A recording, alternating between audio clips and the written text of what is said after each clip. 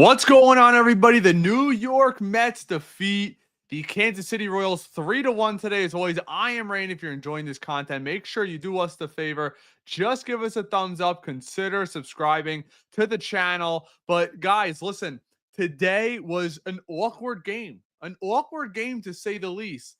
Time and time again, the Mets can't get guys on, can't come through a runners in scoring position. But Juan Soto hits the moonshot early on, puts us up 2-1, and it still blows my mind and baffles me that he is not an all-star. It's just crazy to me. The guy's OPS is touching 920. Remember, 750 is average. 800 plus is all-star. 920. And then you see guys like the kid over in Milwaukee that has 25 innings pitched being named an all-star over guys like Kodai Senga, who's got over 70 innings pitched and an ERA that's a point and a half below. But that's for another time. The Mets defeat the Royals 3-1. A lot of positives, and also we'll address the negatives. But let's get to the positives first. And how is it not? Frankie Montas. Frankie Montas showed us what he could be against this Royals lineup. Now, the Royals aren't, a juggernaut out there, to say the least. We all know how much they're not a juggernaut. I mean, they're 46-50 in a poor American league. But, the Royals only had 4 hits today total. 4 hits. That's crazy, especially against a guy like Frankie Montas, who everybody thought was going to be lit up. But Montas goes 4 hits, only 1 earned run. Reed Garrett comes in, gets that play overturned over at second base. I still don't see how the umpires overturned that steal call, but nonetheless, it was an out. Christopher Dubinsky, another guy who seems like Carlos Mendoza is starting to trust more and more, comes in, 1 inning, one walk. That is it. The only hits that were given up today by the Mets was Frankie Montas. The pen goes 4 innings, gives up 0 earned runs, or 0 runs at all. Only strikes out 1, but 1 walk between all 3 guys. And it goes to show you, if you think the New York Mets are pressing, they clearly are.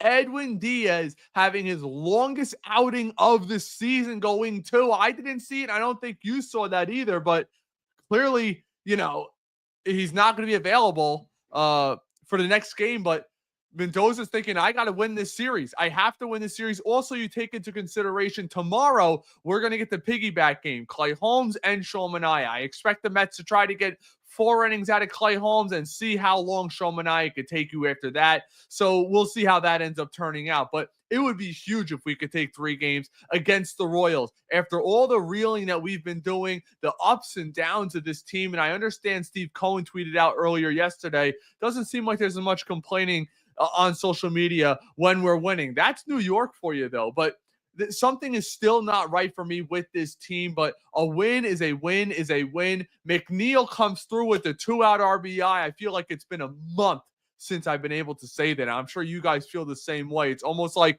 you get a guy on second or third with less than 2 outs.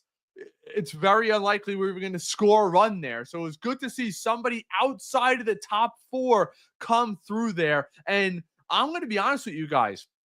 And we saw Andy Martino report this over on SNY early on, as I'll get to some of your comments shortly. Appreciate you guys chiming in. Don't forget to give us a big thumbs up on this. But Andy Martino was saying that he expects a trade to happen prior to the trade deadline. I'm thinking this All-Star break.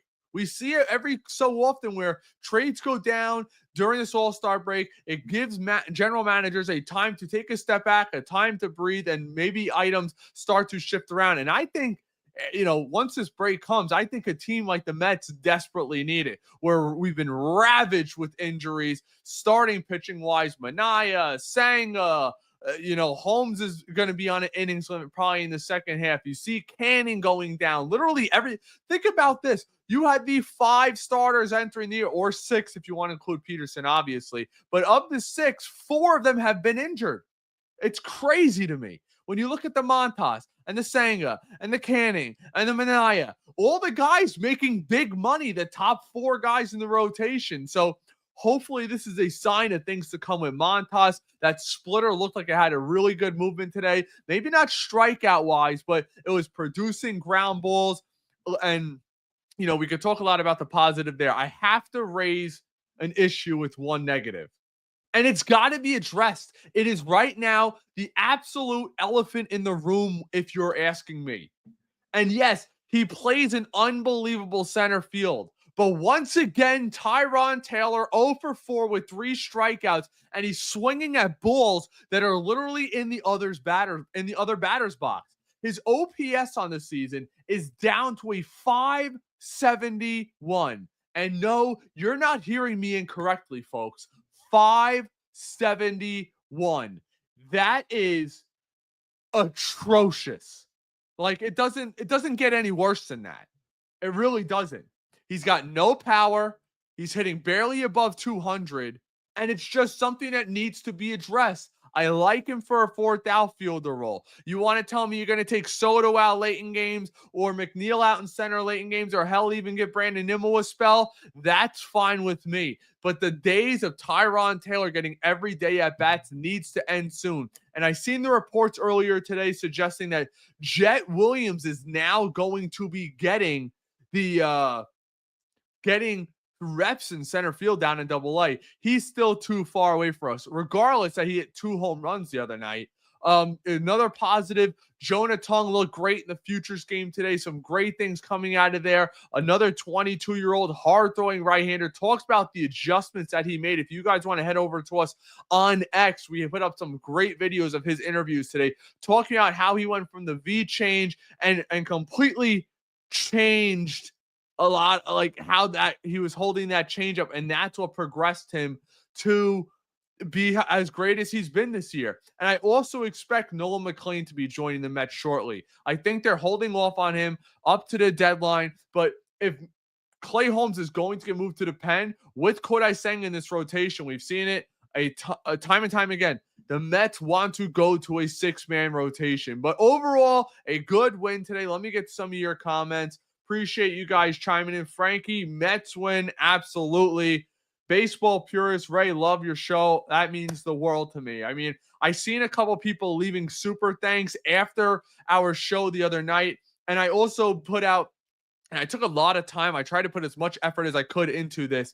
It's my last video I posted. 3 trades the Mets could potentially make. The third one is obviously a pipe dream. It'd be like the all-in mecca of all mecca trades. But I did my due diligence. I really put in what I thought the Mets would have to give up or what they would be looking to give up. Obviously, I'm no GM, but I took a lot of time to make that video. If you guys want to check that out after this, it's on our channel. I'll be sure to pin it for you guys. A lot of interactions over there. A lot of people are saying it's great. A lot of people are saying it's awful, which means I probably did a okay job, because usually when you put a trade or two, it's you either gave up too much or you gave up not enough, depending on where you sit on the spectrum. A lot of fans from the other fan bases, you're not giving up enough. The Mets, you're giving up way too much. I'm not willing to touch this guy or that guy, but it's great for discourse. A lot of effort went into that video over there if you guys want to check it out. And for the people that are listening over on Facebook, over on Instagram, over on X, it's a YouTube exclusive video. It will not be airing on any other platform. I was asked to make it a YouTube exclusive, so that's where it's at if you want to check that out. Obviously, it's free to watch still. Leo, we still need an extra bat. Yes, we do. And I don't know what's going to happen this deadline. We keep hearing all the names getting thrown out there. Oh, the Jared Durant's, the Suarez. I don't see the Red Sox in Arizona folding up shop. Let's actually let's look at the current wild card standing, so that way we can get a real testament to it. The Red Sox are 1 game out of the final wild card. 1. Why would they fold up shop? I always go to this. You need to be more than 5.5 games out in the wild card to be making trades. That's where I kind of look at it. So when you're looking in the American League right now, there's only 3 teams. Baltimore, the Athletics, and the White Sox. And they don't have much of anything that you're going to want. Let's be real. And then when you go to the National League, Arizona's 5.5 out. So these next, and they're 3-7 over their last 10. So if you're a Mets fan and you think that they have a legitimate shot to get a Zach Gallen, wink, wink, maybe I'm giving you a little preview to that podcast, or Eugenio Suarez, who would be the ultimate get for the Mets, you got to hope Arizona loses. But Arizona losing might hurt us because they're playing other teams that we may be competing with for a wild card seat if we don't end up overtaking the division. So, there's still a couple of weeks. There's 2 weeks, but there's only going to be 5 or 6 teams willing to deal. And usually they don't have a ton of great players. Now, we saw Cedric Mullins in Baltimore, saw what he could do in center field. He would obviously be an upgrade, but he's not a drastic upgrade. Fast guy, solid defense. Let's see where his numbers are at right now. Mullins. That way I'm not misleading you guys right now. But Cedric Mullins, in a nutshell right now, his OPS is 714. Beats the hell out of Tyrone Taylor's. His OPS plus is 101. Remember, 100 is average, so he's just above average. 13 stolen bases. Has a little pop this year, but he's been stuck on 13 home runs, which feels like forever at this point. But that's where it is. Zach, what's going on, my brother? Let's go Mets. Absolutely. Absolutely. Tyrone Taylor's defense is amazing. I agree. And he should be a defensive replacement because you know why? The rest of this club is not hitting enough to have too many guys that can't hit. Let's keep it a buck. Luis Angel Acuna, great defensively, provides that speed.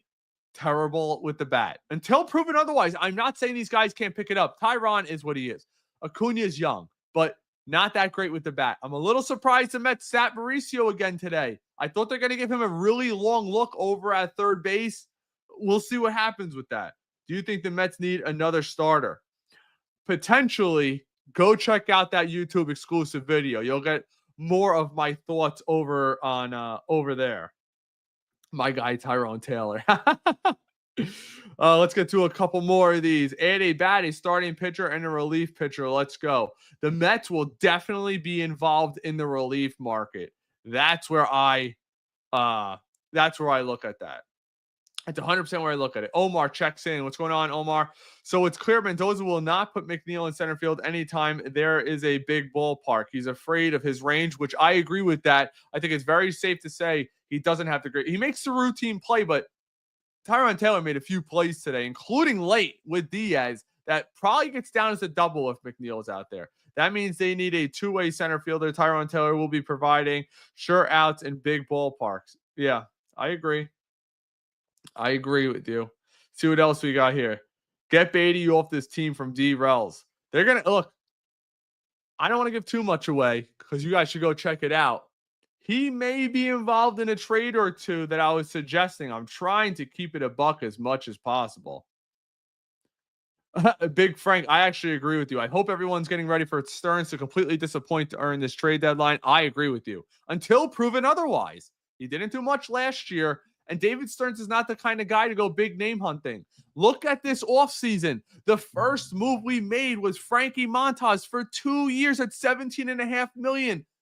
Every single person that I spoke to said the exact same thing. You and I were talking. They were stunned. Figueroa was stunned. Mike Puma was stunned. Will Salmon was stunned. All the reporters, Pat Ragazzo, all stunned. Everybody was stunned.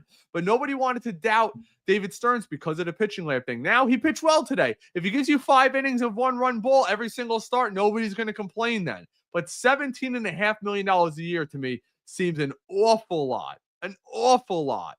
An awful lot. Yeah, Frank, I've seen that with the Phillies being aggressive. They're always aggressive. The Phillies never have a farm system because they don't care. They're always in the win now thing, you know?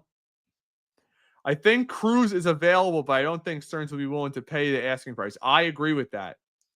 I agree. It's something I spoke with my friend Paul Riley off the air about a couple of days ago. I think Nelson Cruz is available. Not Nelson Cruz, excuse me. Cruz on Pittsburgh, center fielder, is available, but his bat hasn't played up as much as we thought it would be. Now, obviously, clearly the potential's there. You can't deny that the potential's there for a guy like Cruz, but I'd be willing to give up a lot for him.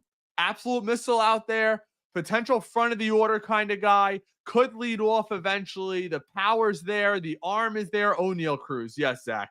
The arm is there. A lot to love about him, but every other team in the big leagues would be in on him. And I don't see Stearns giving. You're talking with a trade like that. You're talking the Brandon Sproats, the Nolan McLeans, the Jonah Tung, the Jet Williams, the Carson Bench, probably 3 of those guys at least. And I'm assuming 2 of the pitchers. to be honest with you, if we're being honest, things don't come free. And how aggressive is he willing to be? Now, that's why, one of the trades I suggested was a pitcher that is under control, something that David Stearns absolutely loves, has 3 years of arbitration left.